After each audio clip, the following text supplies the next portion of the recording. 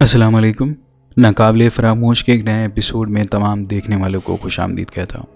अगर आप लोगों ने हमारे चैनल को सब्सक्राइब नहीं किया है तो सब्सक्राइब कर लीजिए, क्योंकि आज की कहानी सिर्फ आसिफ की कहानी नहीं है। आज की कहानी में एक पूरे ख़ानदान की आजमाइश भी है। ऐसी आजमाइश जिसका आगाज़ तो एक छोटी सी गलती से हुआ, लेकिन इसका अंजाम अब तक मालूम नहीं। ये कहानी लियारी की उन तंग गलियों से शुरू होती है जहाँ दो भाई की एक बहन पर असर हो जाता है। और उस वक्त में लियारी की गलियों में गोलियों की आवाज़ें गूंजती थी। उस वक्त चौधरी असलम के ऑपरेशन, गैंग की लड़ाइयाँ और फिजा में खौफ तारी था। और उन्हीं दो भाइयों की बहन पर एक साया जो कि बचपन से उस पर मुसल्लत था। तो हम अपनी कहानी शुरू करते हैं। नाजरीन, यकीनन आप सब जानते हैं कि जिन्नात की 3 इकसाम होती हैं। एक वो जो उड़ते हैं, और दूसरे वो हैं जो अक्सर सांप और कुत्तों के रूप में नजर आते हैं, और आखिर में तीसरी किस्म ये होती है जो हमेशा खाना बदोश की तरह एक जगह पर पड़ाव डालते हैं, उसके बाद दोबारा जगह को छोड़कर कहीं और चले जाते हैं। यानी वो मुस्तकिल एक जगह पर नहीं रह सकते। वो गुजरते हैं, चलते हैं, आबाद होते हैं, फिर जगह तब्दील कर लेते हैं। ये बताने का मकसद ये है, इनकी बहुत सारी टाइप्स होती है। इनमें से सिर्फ 3 टाइप्स हैं जो कि मैंने आपको बताई। जो आखिरी वाली टाइप है जो कि मैंने आपसे शेयर की है, खाना बदोश, शायद ये गलत नहीं होगा। इंसान अगर अपना कहीं पर घर बनाता है और आप इस घर में किसी अजनबी को देखते हैं तो यकीनन आप बर्दाश्त नहीं कर पाएंगे। आपके घर में आपकी फैमिली होती है, आपके बच्चे होते हैं,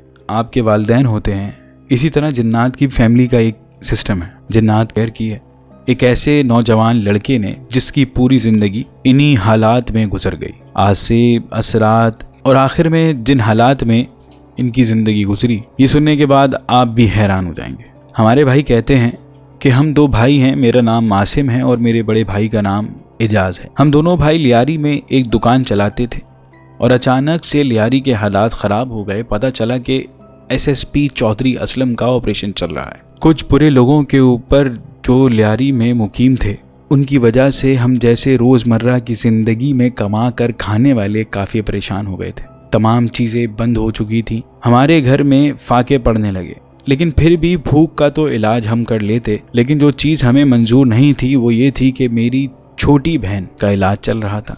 काफ़ी साल से पहले मेरी बहन कहीं से गुजर रही थी, न जाने कहाँ पर गई थी। वहीं से इसके पीछे कोई असरात लग गए थे। ऐसा आसेब इसके पीछे लगा कि मेरी बहन के बचपन से लेकर जवानी तक उसके पीछे ही रहा। इसने मेरी बहन को अंदर से खोखला कर दिया था। नौजवान लड़कियां जब बाल खोलकर अपनी छतों पर जाती हैं, अगर वहां से वो पहली मखलूक जो मैंने आपको बताई थी गुजर रही हो, उसके बारे में हदीस में जिक्र है, जिनके पर होते हैं, उड़ते हैं। यही गलती मेरी बहन ने भी की थी। हमेशा तैयार होके, खुशबू लगाना तो सुन्नत है, लेकिन मेरी बहन हमेशा अपने बाल खोल कर बाहर जाया करती थी और इसी तरह कहीं से गुजर रही थी। किसी दरख्त के नीचे से या किसी चीज को फैलांग कर चले गई, जिसकी वजह से असरात उसके पीछे पड़ गए।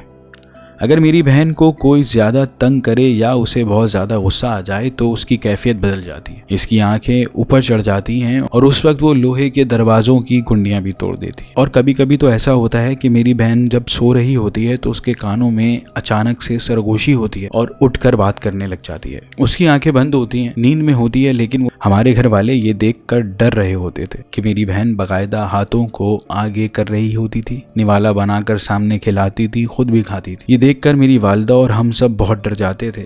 हमने अपनी बहन का इलाज करवाना शुरू कर दिया। हमने अपनी बहन का इलाज कराना शुरू किया और माशाल्लाह इसमें काफ़ी बेहतरी आई। वो काफ़ी बेहतर हो रही थी। लियारी के करीब एक ही बुजुर्ग थे, उसने इलाज करना शुरू किया और इलाज किया। वो बस पानी पर कुरान की सूरतें पढ़कर फूंकते थे, दम करते थे और वो पानी पिलाते थे। इसे आराम आ रहा था। इसका इलाज जारी रहा जब तक दम दुरूद होता रहा। मेरी बहन बिल्कुल ठीक थी, लेकिन अचानक से लियारी में ऑपरेशन शुरू हुआ और जिस जगह हमें जाना होता था वहीं पर तो हालात ख़राब थे। गुल मोहम्मद लेन, वहाँ जाना हमारे लिए नामुमकिन हो गया था। यानी वहाँ पर जाने का मतलब ये था कि अपनी जान से हाथ धो बैठना।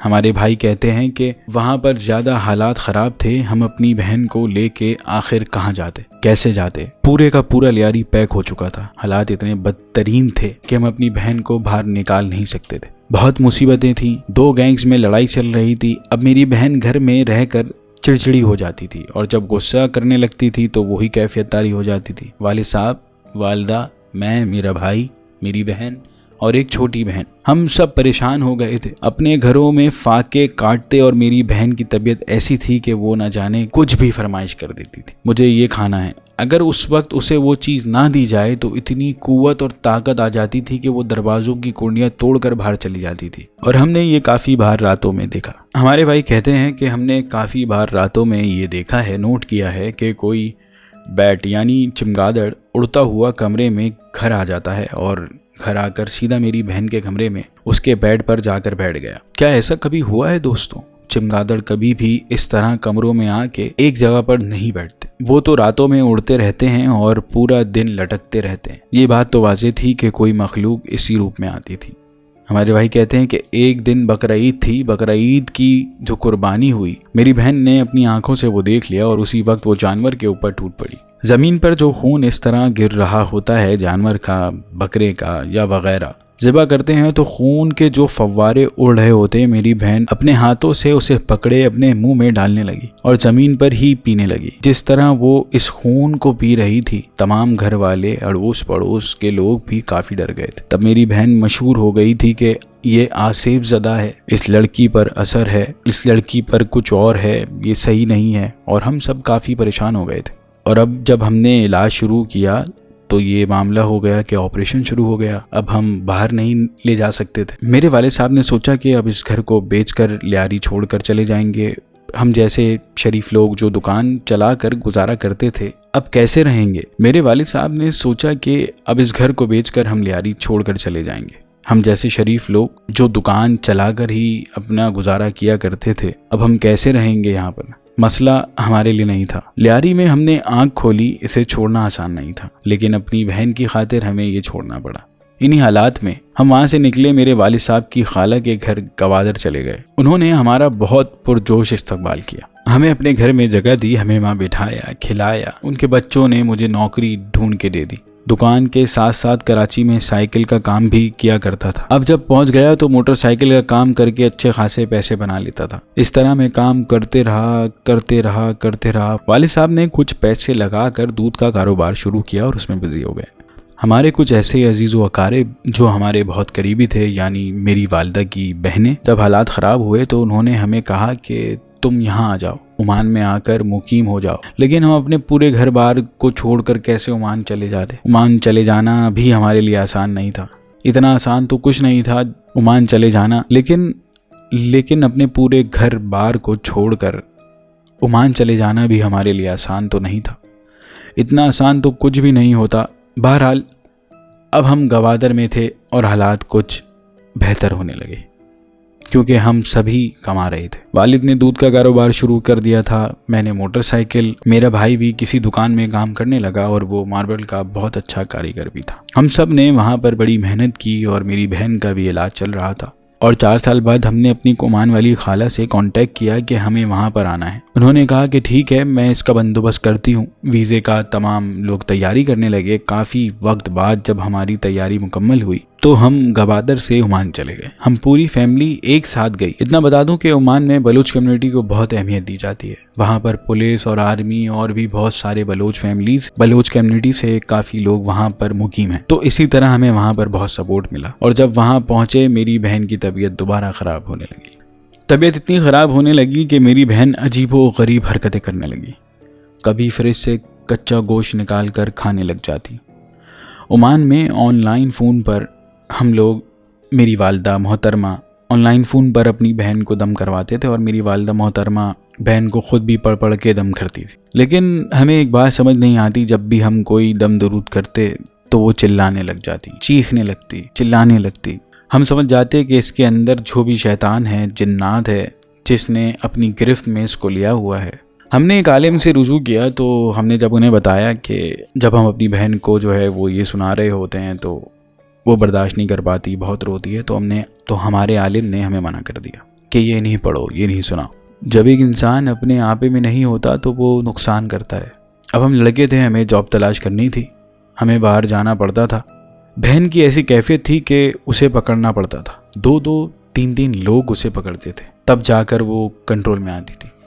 वालिदा मोहतरमा के साथ अकेली थी। मेरा भाई भी कहीं बाहर जॉब की तलाश में था और मैं भी किसी को CV देने गया हुआ था। मेरा कुछ लोगों से राब्ता हुआ था, उन्होंने कहा था कि मेरे पास आ जाओ, और वो मेरे खालू के रेफरेंस से थे। मेरा कुछ लोगों से राब्ता हुआ था, मैंने सीवी देनी थी, उन्होंने कहा था कि तुम मेरे पास आ जाओ, और वो मेरे खालू के रेफरेंस में थे। मुझे पता था कि मेरी जॉब यहाँ पर लग जाएगी, और मैं एक मॉल में कैशियर के लिए चला गया था, और वहाँ पर मेरी जॉब भी हो गई थी। लेकिन जब घर आया तो देखा तमाम चीज़ें बिखरी हुई हैं, टूटी हुई हैं। वालिदा मोहतरमा एक जगह पर बैठकर रो रही थी। मेरी बहन के सर से खून आ रहा था। मैंने कहा कि क्या हुआ, आखिर मामला क्या है। इतने में मेरी खाला आ गई परेशान, भागते हुए क्या हुआ, और तमाम घर वाले आ गए।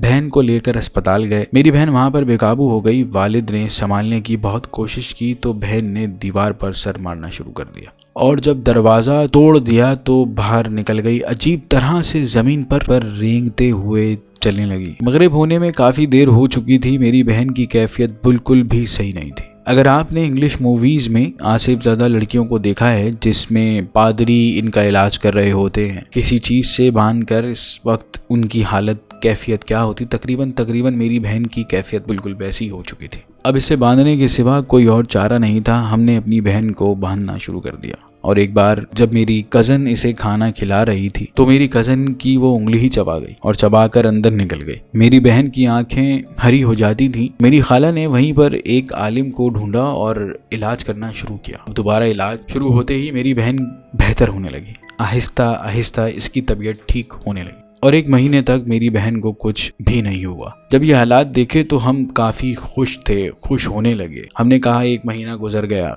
अभी तक हमारी बहन को कुछ नहीं हुआ, हम सब काफ़ी खुश थे। फिर 1 महीने बाद मेरी बहन को अचानक से नींद में झटके लगने लगे। सोते हुए मेरी बहन दोबारा इसी तरह उठ जाती और खाना खाने लगती, कभी बातें करने लग जाती। यही सिलसिला चलता रहा। अब 2020 आ गया, और 2020 में एक वायरस जो है वो पूरी दुनिया में मशहूर होने लगा, फैलने लगा। इन तमाम सालों में मेरी बहन की तबीयत वैसी खराब नहीं हुई जैसे हमेशा से थी। इसे बस झटके लगते, नींद में उठ जाती, अजीबोगरीब बातें करती और फिर सो जाती।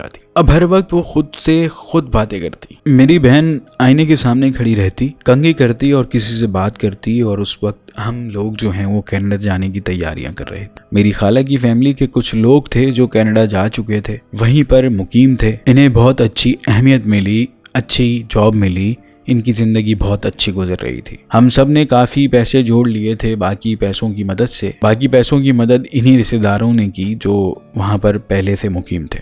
कनाडा में हमने एक एजेंट के जरिए तमाम प्रोसेस शुरू किया और पूरी फैमिली कनाडा चली गई। हमने सोचा नहीं था कि कराची के एक छोटे से इलाके लियारी में रहने वाली फैमिली जिसके फाके कट रहे हों, जिसके हालात जो हैं वो बहुत ख़राब हों, कि हम भी अब कनाडा जाएंगे। अब हम कनाडा जा चुके थे। यहाँ कनाडा में अपनी ज़िंदगी बहुत अच्छी गुजर रही थी।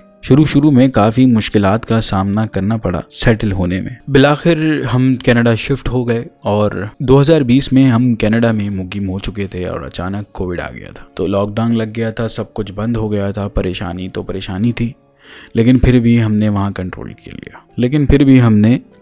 कर लिया। तमाम चीज़ें मामूल पर आने लगी। मेरी बहन के साथ जो मामलात थे वो ना जाने क्यों उसका पीछा नहीं छोड़ रहे थे। पहले मेरी बहन कुछ कभी ऐसा नहीं करती थी, लेकिन अब वो अपनी जान के दर पर हो चुकी थी। हाँ, अलबत्ता चोट पहुंचाती थी खुद को, बार बार ऊपर छत पर चली जाती थी और वहाँ से जंप लगाने की कोशिश भी करती थी। मेरी कज़न ने कहा कि अपनी बहन को अच्छे से संभालो, वरना कनाडा के कानून के मुताबिक इंक्वायरी शुरू हो जाएगी। और आज भी मॉडर्न साइंस जिन्नात को नहीं मानती, और फिर हम यहाँ आके मुकीम भी हैं, हमें ख्याल रखना चाहिए।